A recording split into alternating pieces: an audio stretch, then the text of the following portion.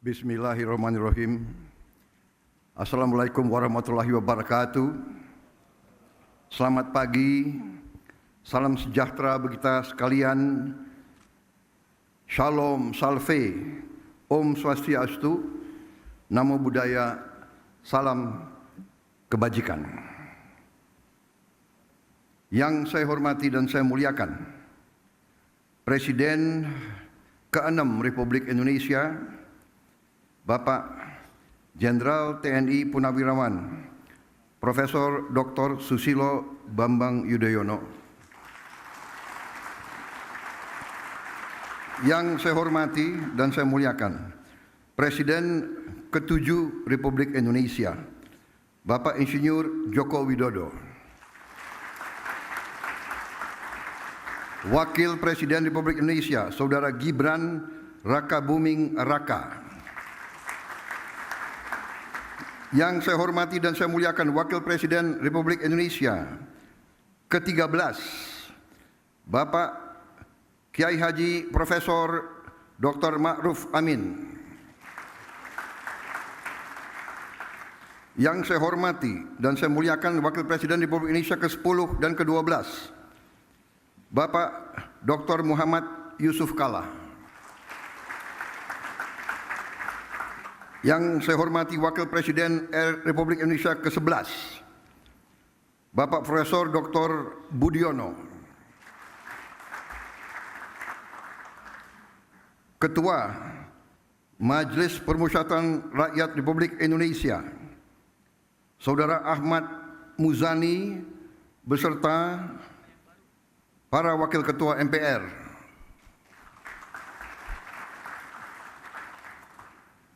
Yang saya hormati, Ketua Dewan Perwakilan Rakyat Republik Indonesia, Saudari Puan Maharani.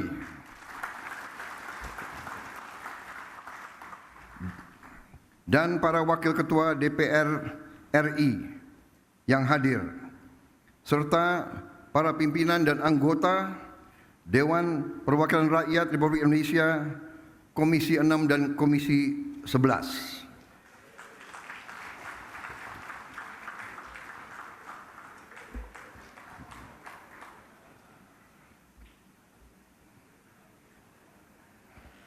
Tanpa mereka hari ini tidak akan terjadi. Terima kasih Ketua DPR dan semuanya. Ketua DPD Dewan Perwakilan Daerah Republik Indonesia, Saudara Sultan Najamuddin beserta para Wakil Ketua DPD, para pimpinan lembaga tinggi negara yang hadir, para menteri koordinator, para menteri, kepala badan, Kabinet Merah Putih, Ketua Dewan Ekonomi Nasional, Jaksa Agung, Kepala BIN, Panglima TNI, Kapolri, dan para wakil menteri, serta seluruh anggota Kabinet Merah Putih yang hadir. Juga para ketua umum partai politik, Ketua Umum Partai Golongan Karya, Saudara Bahlil Lahadalia, Ketua Umum Partai Demokrat, Saudara Agus Harimurti Yudhoyono, Ketua Umum Partai Amanat Nasional, Saudara Zulkifli Hasan, Ketua Umum Partai Kebangkitan Bangsa, Saudara Muhaimin Iskandar, Ketua Umum Partai Nasdem, Saudara Surya Paloh, berhalangan karena sedang berada di luar negeri. Presiden PKS, Saudara Ahmad Saiku, juga berada di luar kota. Ketua Umum Partai Gelora, Saudara Anies Mata. Ketua Umum Partai Persatuan Pembangunan, Saudara Mardiono. Ketua Umum Partai Gerindra, saya sendiri.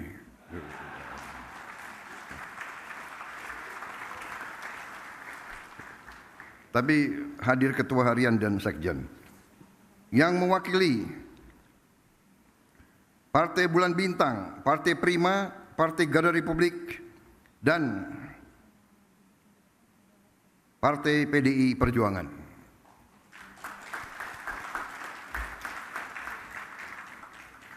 Hadir juga di sini senior kita, tokoh ekonomi Indonesia, Bapak Profesor Dr. Emil Salim.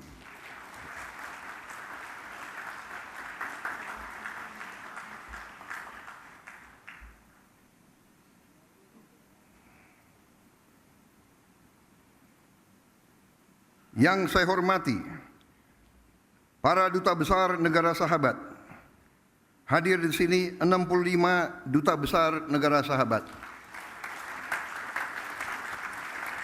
Dan 32 perwakilan juga negara-negara sahabat yang hadir.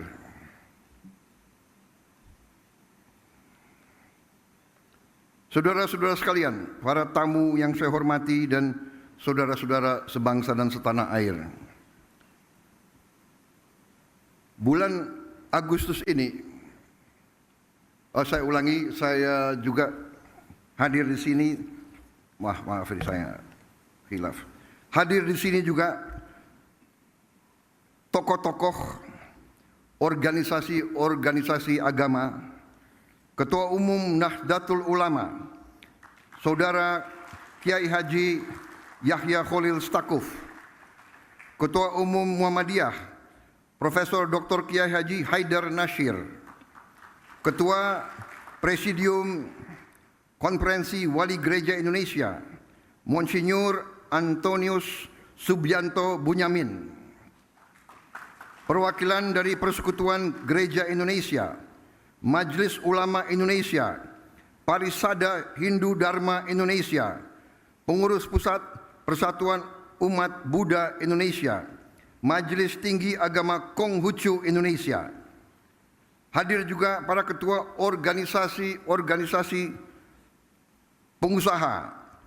Hadir Ketua Umum Kadin beserta pengurusnya, Ketua Umum HIPMI beserta pengurus, Ketua Umum Apindo dan jajarannya, para pimpinan Foreign Chambers and Business Council in Indonesia, from United States, People's Republic of China, Europe, Japan, Australia, South Republic of Korea, and other friendly nations.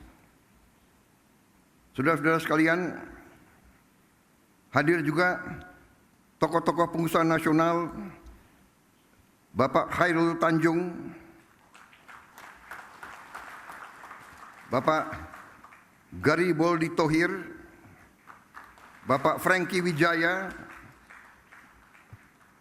Bapak Haji Andi Samsudin Arsyad,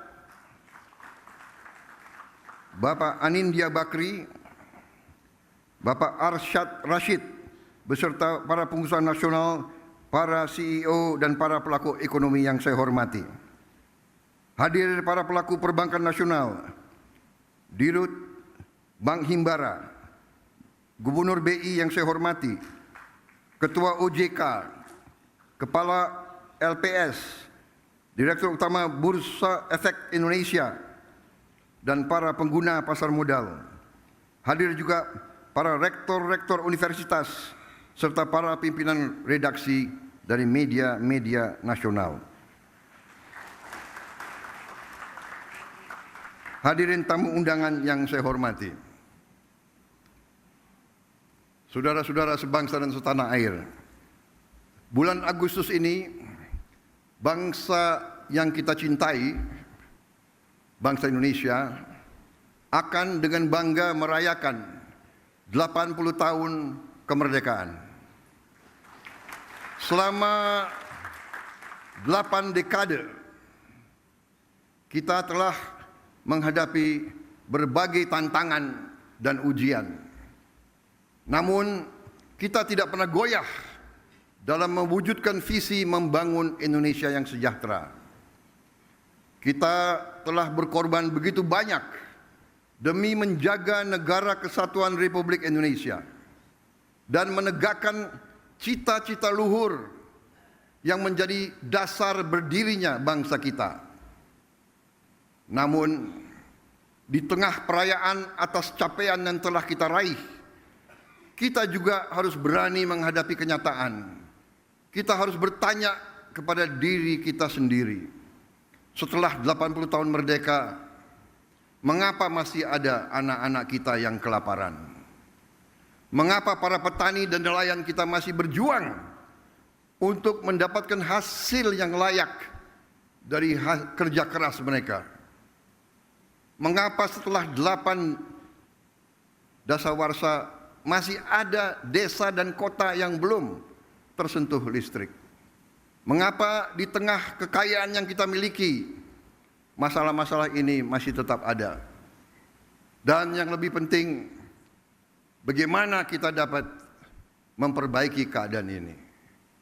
Bukan karena kita kekurangan sumber daya, tapi mungkin karena cara kita mengelola dan memanfaatkannya belum sepenuhnya memberi manfaat sebesar-besarnya bagi rakyat. Inilah kenyataan yang harus kita akui. Karena perubahan yang berarti hanya bisa dimulai dari keberanian untuk melihat kebenaran. Keberanian untuk melihat kekurangan-kekurangan kita. Mengelola dan memanfaatkan sumber daya alam yang dianugerahkan Tuhan untuk sebesar-besarnya kesejahteraan rakyat dan masa depan Indonesia adalah tugas utama kita. Sebagaimana diamanatkan dalam pasal 33 Undang-Undang Dasar 1945 ayat 1 yang berbunyi, perekonomian disusun sebagai usaha bersama berdasar atas azas kekeluargaan. Ayat kedua, cabang-cabang produksi yang penting bagi negara dan yang menguasai hajat hidup orang banyak dikuasai oleh negara.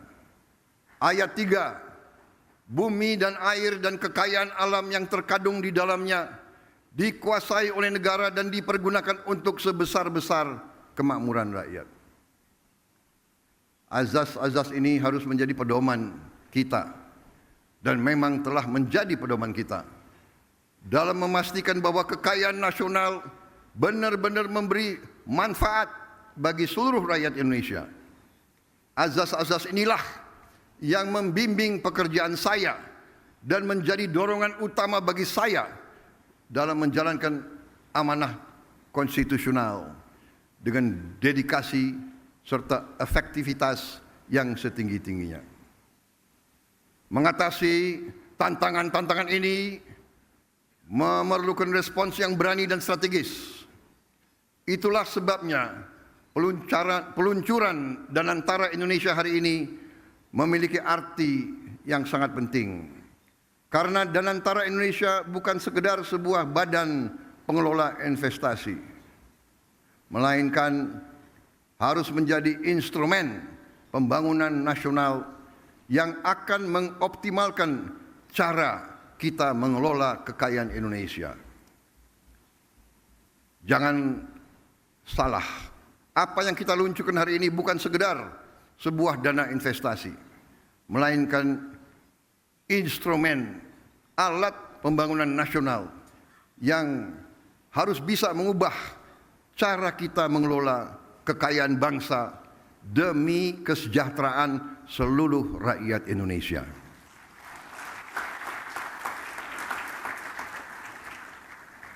Kita telah membuktikan komitmen dalam mengelola kekayaan negara dengan disiplin keuangan yang ketat dan tata kelola yang bertanggung jawab.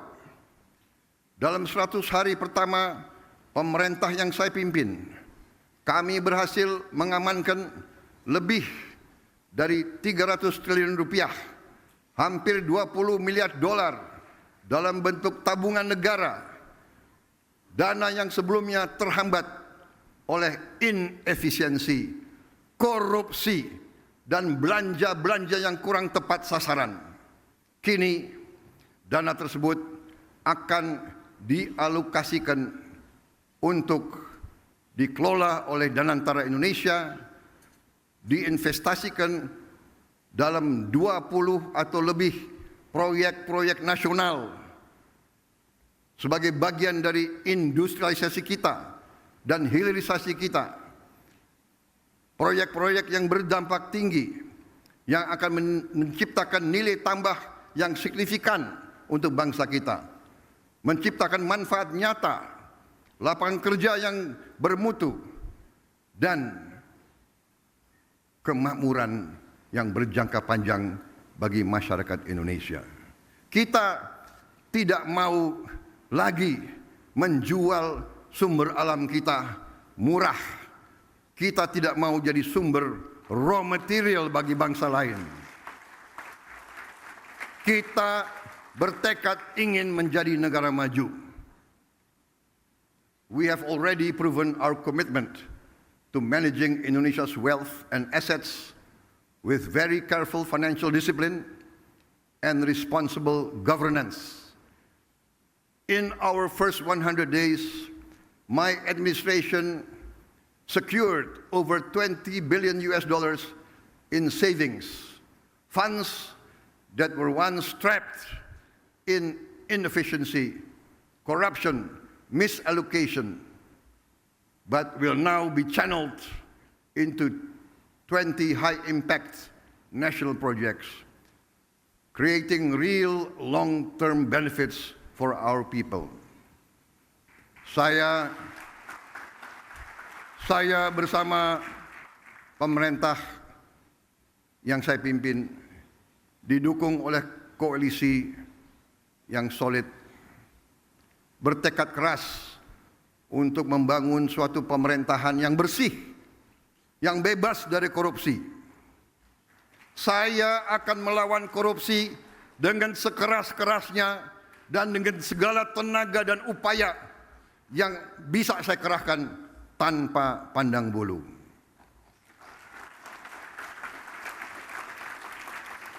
Prinsip yang sama akan menjadi fondasi dalam pengelolaan Danantara Indonesia. Visi untuk mengelola sumber daya nasional secara bijaksana bukanlah sesuatu yang baru.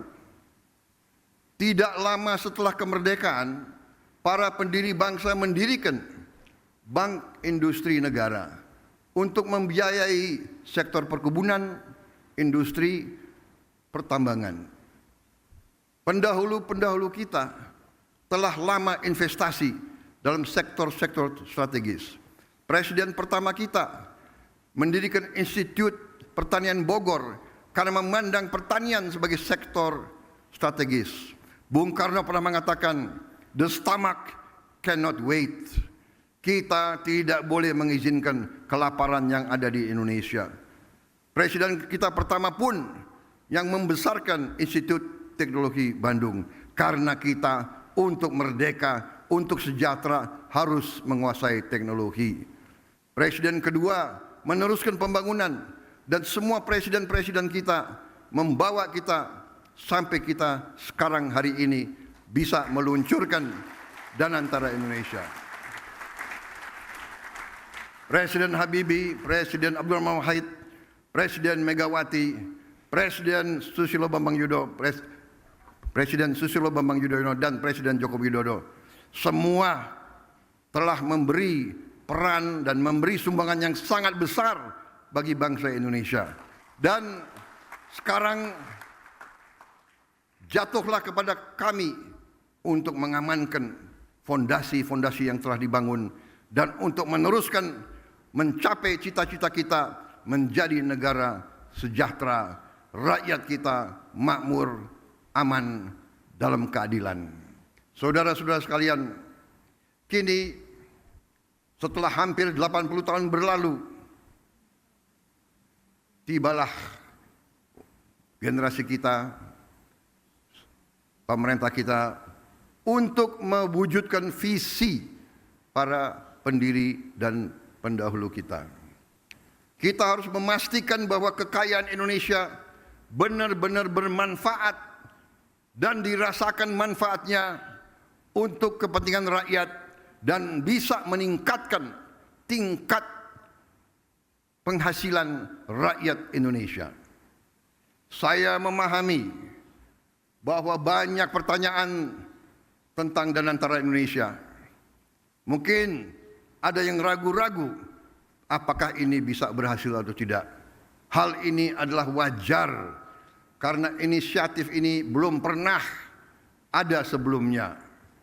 Namun hari ini seluruh rakyat Indonesia patut berbangga karena dengan total aset lebih dari 900 miliar dolar Amerika, Danantara Indonesia akan menjadi salah satu dana kekayaan atau sovereign wealth fund negara terbesar di dunia.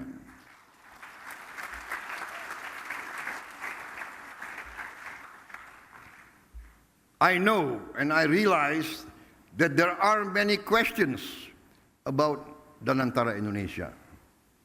This can be expected because this is a new initiative, unprecedented in our history.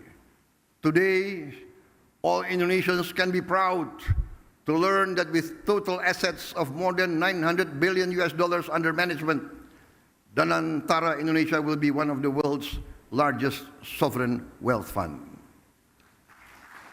Danantara Indonesia adalah solusi strategis dan efisien dalam mengoptimalkan badan usaha milik negara. Kita tidak hanya akan menginvestasikan dividen BUMN ke industri-industri yang mendorong pertumbuhan jangka panjang, tapi juga akan mentransformasi BUMN kita menjadi pemimpin kelas dunia di sektor masing-masing. Perusahaan yang kompetitif, profesional, dan terintegrasi dalam ekonomi global.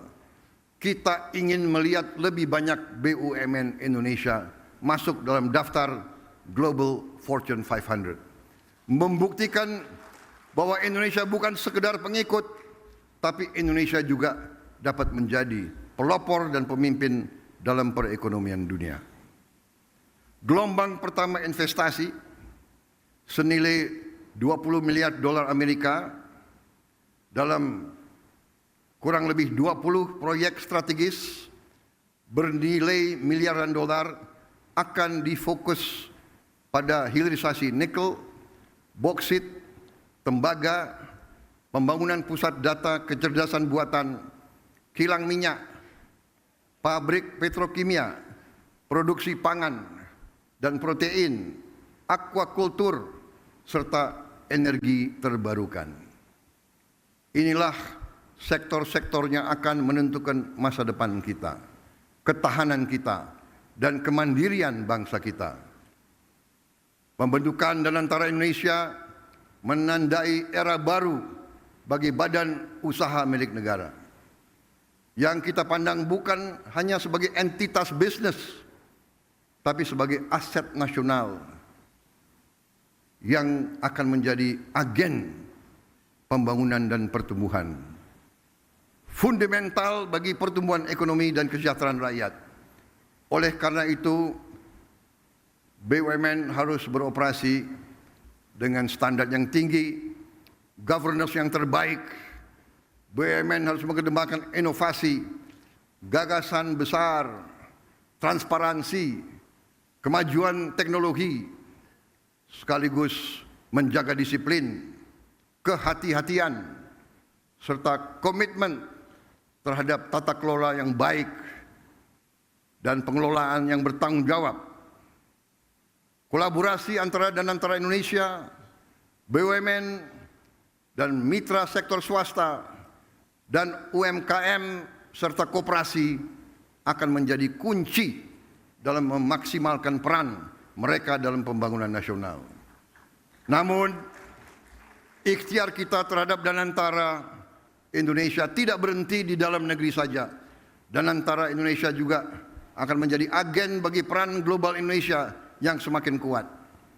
Melalui inisiatif ini kita akan menjalin kemitraan strategis dalam energi terbarukan, infrastruktur, pendidikan, dan menempatkan Indonesia sebagai pemain utama di tingkat global serta berkontribusi bagi kesejahteraan dan stabilitas regional dan dunia. Para tamu undangan yang saya hormati, para duta besar, para tokoh-tokoh bangsa yang hadir di sini, para pemimpin-pemimpin dari semua kalangan dan semua sektor. Dan antara Indonesia menyampaikan kepada dunia bahwa kita siap untuk bekerja sama. Indonesia sends a clear message to our friends and our partners worldwide. Indonesia is open for collaboration, open for business, open for investment, and open for shared prosperity. Dan antara Indonesia will allow us to expand our international cooperation. And I can only hope that our global partners will recognize Indonesia's potential, not just as an emerging economy, but as a force for regional stability and shared progress. Hari ini saya bangga dengan bangsa saya. Saya bangga kepada semua pihak yang telah bekerja keras mewujudkan Danantara Indonesia, karena ini adalah tonggak sejarah dalam perjalanan Indonesia menuju kemandirian ekonomi, ketahanan dan kesejahteraan. Dengan daya Anagata Nusantara yang artinya adalah energi, kekuatan masa depan bagi Nusantara, kekuatan energi masa depan bagi Indonesia, yang artinya adalah Danantara Indonesia adalah untuk anak dan cucu kita. Danantara Indonesia untuk itu harus dikelola dengan sebaik-baiknya, dengan sangat hati-hati, dengan sangat transparan, dengan saling mengawasi, harus bisa diaudit setiap saat oleh siapapun, karena ini sekali lagi adalah milik anak dan cucu kita, milik generasi penerus bangsa Indonesia. Saya yakin dan percaya Indonesia akan terus melangkah maju, lebih kuat dan lebih bersatu dari sebelumnya. Dengan keyakinan ini, mari kita bergerak bersama, bersatu dalam tujuan, teguh dalam tekad, dan yakin bahwa pencapaian terbesar Indonesia masih ada di depan kita. Saudara-saudara sekalian, percayalah, Indonesia akan capai cita-citanya. Kita akan menjadi negara maju, negara makmur, negara terhormat. Terima kasih. Wassalamualaikum warahmatullahi wabarakatuh. Salam sejahtera bagi kita sekalian. Shalom salve. Om Santi Santi Santi Om. Salam kebajikan, namo buddhaya. Merdeka! Merdeka! Merdeka! Terima kasih.